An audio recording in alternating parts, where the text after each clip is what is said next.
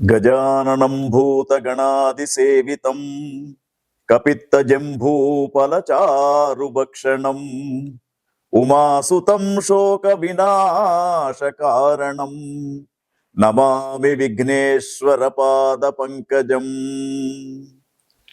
చూస్తున్నటువంటి ప్రేక్షకులకు స్వాగతం. విశ్వావసునామ సంవత్సరంలో సెప్టెంబర్ మాసంలో 12 రాశుల వారికి గ్రహస్థితి ఏ విధంగా ఉండబోతూ ఉంది,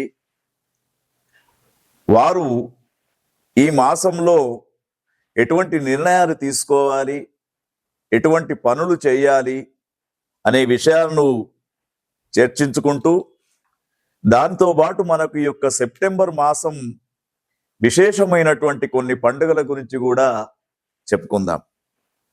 సెప్టెంబర్ మాసంలో ముఖ్యంగా మనకు సెప్టెంబర్ 7వ తేదీ భారతదేశంలో కనిపిస్తున్నటువంటి సంపూర్ణ చంద్రగ్రహణం సెప్టెంబర్ 7 ఆదివారం రాత్రి ఏర్పడబోతూ ఉన్నది. తర్వాత ముఖ్యంగా సెప్టెంబర్ 6వ తేదీ మనకు భాద్రపద శుక్ల చతుర్దశి, మరి వినాయక నిమజ్జన ఉత్సవ కార్యక్రమం కూడా కనబడుతూ ఉంది. అదేవిధంగా మహాలయ పక్ష ఆరంభం కూడా భాద్రపద మాసంలోనే ప్రారంభం అవుతూ ఉంది.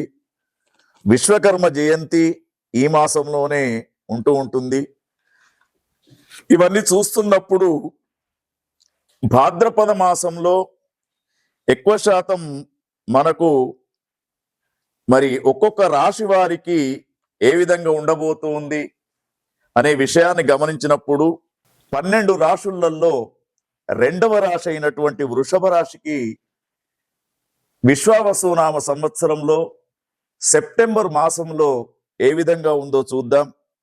గ్రహస్థితిని గమనించినప్పుడు వృషభ రాశి వారికి సూర్యుడు 4, 5 స్థానాలలో మధ్యమమైనటువంటి ఫలితాలను ఇచ్చే గ్రహంగా కనబడుతూ ఉన్నాడు.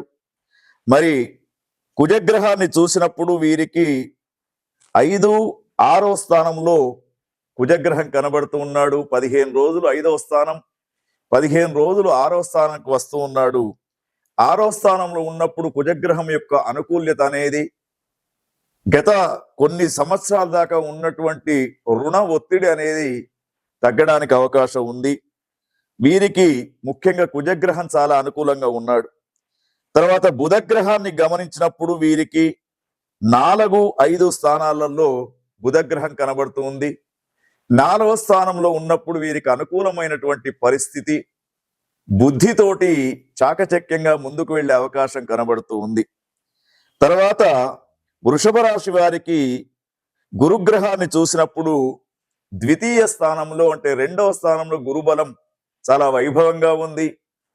ఉద్యోగ అవకాశాలు, యువతీ యువకులకు పెళ్లి సంబంధాలు, సంతాన ప్రాప్తి అనేది, ధనలాభం అనేది గురుగ్రహం వల్ల ఈ సెప్టెంబర్ మాసంలో అనుకూలించే స్థితి కనబడుతూ ఉంది. తర్వాత వృషభ రాశి వారికి శుక్రగ్రహాన్ని చూసినప్పుడు మరి ఈ శుక్రగ్రహం వీరికి చక్కగా 3, 4 స్థానాలలో కనబడుతూ ఉన్నాడు. శుక్రగ్రహం కూడా చాలా అనుకూలంగా ఉన్నాడు. ఎప్పుడైతే శుక్రగ్రహం అనుకూలంగా ఉంటాడో భార్యాభర్తల మధ్య గత కొంతకాలంగా ఉన్నటువంటి మనస్పర్ధలు, కోపతాపాలు దూరమైపోయి అనుకూలమైనటువంటి దాంపత్య సుఖజీవనాన్ని పొందడానికి మీకు అవకాశం ఉంటుంది వృషభ రాశి జాతకులకు. తర్వాత మరి శనిగ్రహాన్ని గమనించినప్పుడు వృషభ రాశి జాతకులకు ఏకాదశ స్థానం అంటే 11వ స్థానంలో శనిగ్రహం చాలా అనుకూలంగా ఉన్నాడు. గత కొద్ది రోజులుగా మీరు బాధపడుతున్నటువంటి రోగ సమస్యలే కానివ్వండి, మానసిక సమస్యలే కానివ్వండి, అవన్నీ కూడా దూరమయ్యే అవకాశాలు మీకు కనబడుతూ ఉన్నాయి. తర్వాత ముఖ్యంగా మరి కేతుగ్రహాన్ని చూసినప్పుడు కేతుగ్రహం 4వ స్థానంలో కొంత అనవసరమైనటువంటి వృధా ప్రయాసాలకు గురి చేసే అవకాశం ఉంది. తర్వాత కొన్ని సమయాలలో మీ జ్ఞానం అనేది కొంతవరకు ఉపయోగపడకుండా అనవసరమైనటువంటి పనులు చేయడానికి కూడా ముందుకు వెళ్తూ ఉంటారు. కొంతవరకు జాగ్రత్తగా ఉండాలి. తర్వాత వృషభ రాశి వాళ్లకు మరి ఈ యొక్క గ్రహణం ఏదైతే ఉందో సెప్టెంబర్ 7వ తేదీన వస్తున్నటువంటి చంద్రగ్రహణం ఏదైతే ఉందో మీకు చాలా అనుకూలంగా కనబడుతూ ఉంది. మరి చంద్రమా మనసో జాతః అని చెప్పేసి గత కొద్ది రోజులుగా మానసిక పరమైనటువంటి స్థితి నుండి మంచి అవకాశాలు పొందే అవకాశం మీకు కనబడుతూ ఉంది. మనోధైర్యం కూడా పెంచుకునే అవకాశం ఉంది.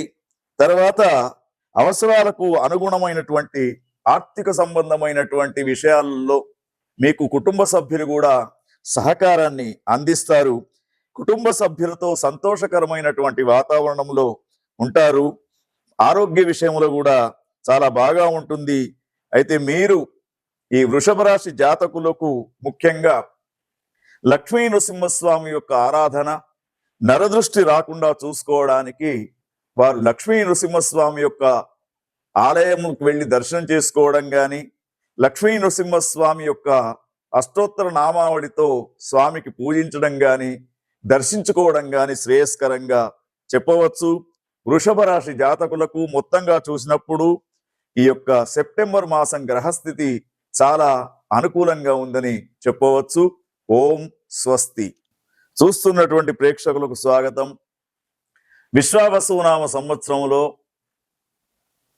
సెప్టెంబర్ మాసంలో మీనరాశి వారికి ఏ విధమైనటువంటి గ్రహస్థితి ఉంది అనే విషయాన్ని తెలుసుకుంటే, మీనరాశి వారికి రవిగ్రహం ఈ మాసంలో సెప్టెంబర్ మాసంలో 6, 7 స్థానాలు సంచారం కనబడుతూ ఉంది.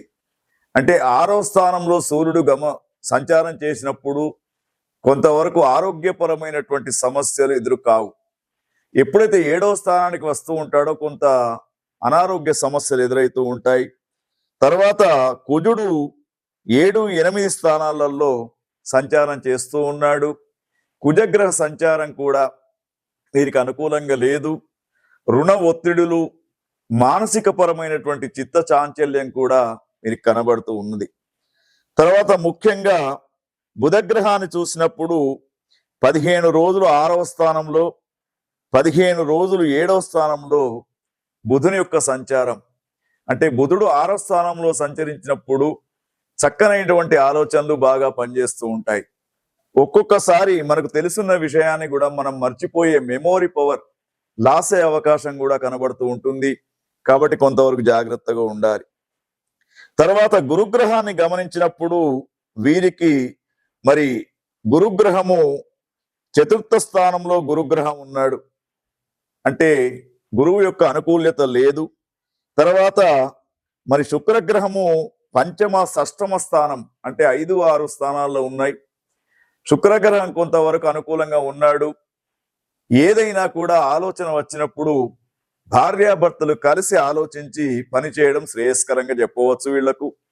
తర్వాత ముఖ్యంగా శనిగ్రహాన్ని చూసినప్పుడు జన్మంలో శని అనుకోనటువంటి ప్రమాదాలు, ఆకస్మికమైనటువంటి ప్రమాదాలు, యాక్సిడెంట్లు ఇటువంటి జరిగే అవకాశం ఉంది.